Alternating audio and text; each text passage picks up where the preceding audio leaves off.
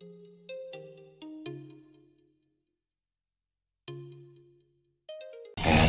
here we go.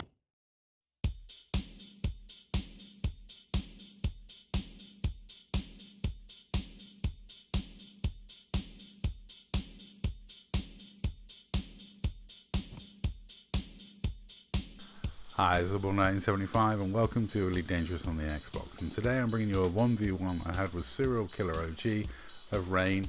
I sent him a message saying we're on 1v1. I don't think he's obeying the conventions of a 1v1 or realised, because he shot me on the past and go before I even had my weapons out, but you know, hey ho.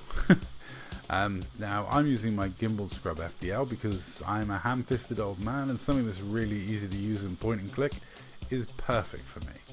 So whip out those 3 gimbal beams, the 2 gimbal multi-cannons, and away we go. Basically this build is a bit weird because, as far as I'm concerned, it's less powerful than a normal multi-cannon build in a lot of ways.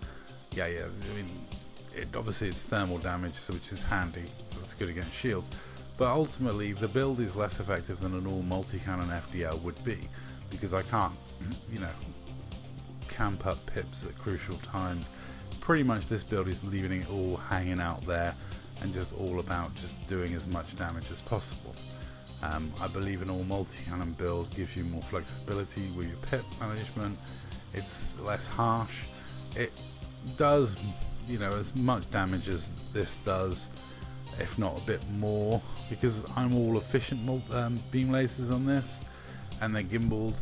Whereas, you know, the multi-cannons, you could use a combination of stuff, including some overcharged in there. So I've got 3 efficient beams, a max capacity multi-cannon and a efficient multi-cannon, and that's it.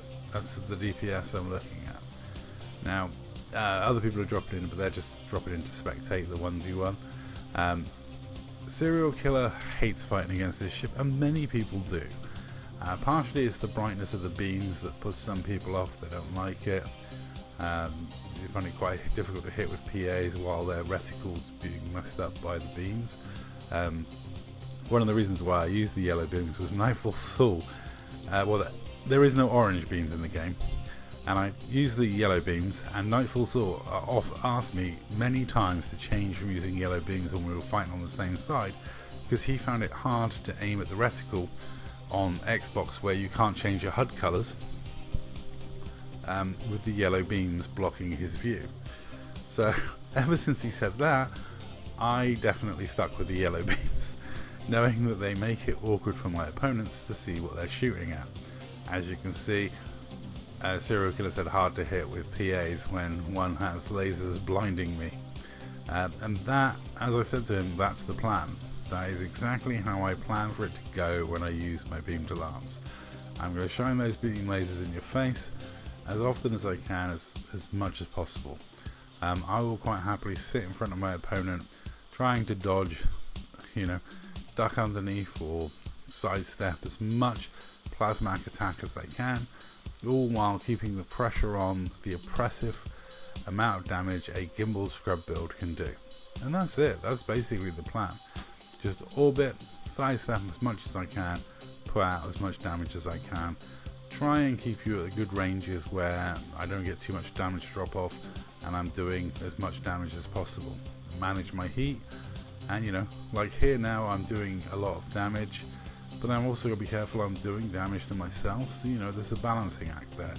I can't, you know, do myself in too early. I have to try and keep my ship as intact as possible. In fact, one thing I did notice in this fight is I was doing a better job of managing my heal than Serial Killer was doing of managing his. He doesn't lose his shields, but he loses a lot of hull considering he doesn't lose his shields at all in this fight. So yeah, I'd love to know what happened there and why he got so hot, but as you can see, my beam lasers are putting a lot of pressure on. That's what this ship does. It's all about just applying pressure and you know, keeping your opponent locked up with those horrible beam lasers that nobody likes fighting against. But anyway, this video is coming to an end. Yeah, Serial Killer didn't stick around in this one. I think he'd burnt through most of his banks and decided to call it a day early. Yeah, So a bit of an odd 1v1, you know, no pass and go, and then he jumps out. But you know, I'll take it as a victory. I wasn't expecting him to wake out so suddenly, but there you go. You don't always get what you want.